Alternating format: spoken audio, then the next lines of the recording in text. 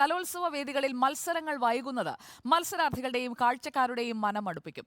വേദി 4-ൽ ഇന്നലെ 4 മണിക്ക് തുടങ്ങേണ്ടിയിരുന്ന കോൽക്കളി മത്സരം തുടങ്ങിയത് രാത്രി 8 മണിക്കാണ്. ഒരുങ്ങിക്കെട്ടിയുള്ള കാത്തിരിപ്പ് മടുപ്പാണെങ്കിലും ചിലർക്കെങ്കിലും ഇത് പരിശീലനത്തിനുള്ള നേരമാണ്. ആദം നബി മുതൽ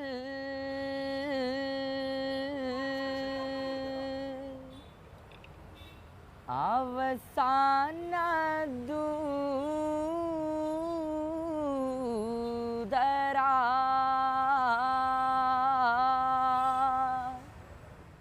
ഇടത്തോട്ടാക്കി മുറുക്കിയെടുക്കണമുണ്ട്. അരയ്ക്കുറപ്പായി മലപ്പുറം മൊഞ്ചുള്ള പച്ച ബെൽറ്റും പിന്നെ വെള്ള ബനിയനും തുവാല കൊണ്ടൊരു തലയെ കെട്ടും.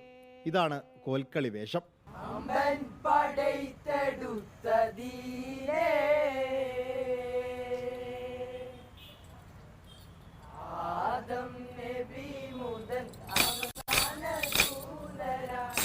നാലു മണിക്ക് തുടങ്ങേണ്ടിയിരുന്ന കോൽക്കളി മണിക്കൂറുകൾ നീണ്ടു.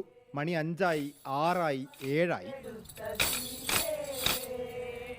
മാനവലോകർക്കായി മണിദീപമായി ബന്ദ് മാറിയ പൊന്നൊളി ദീനേ.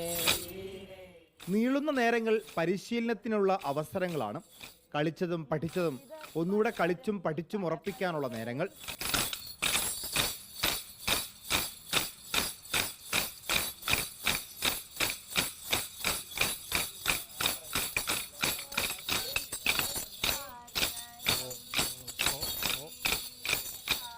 കോൽക്കളിയിൽ എക്കാലത്തും മലബാറിന് വിജയതാളമാണ്.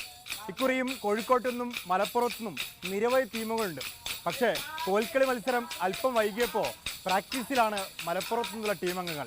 മലബാറിന് ആധിപത്യമുള്ള പ്രേക്ഷക പിന്തുണയുള്ള കലോത്സവത്തിലെ ജനകീയ ഇനമാണ് കോൽക്കളി. നേരം വൈകിട്ടും കോൽക്കളി കാണാൻ സദസ്സിൽ കാണികൾ കാത്തിരുന്നു.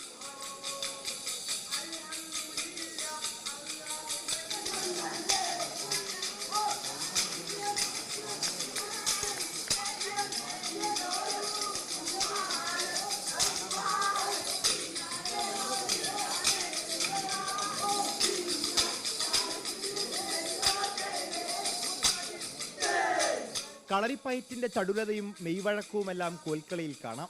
മുട്ടിയും തടുത്തും ഗുരുക്കളുടെ നിർദ്ദേശപ്രകാരം ഏറെക്കാലത്തെ പരിശീലനം വേണം നല്ല കോൽക്കാരന്.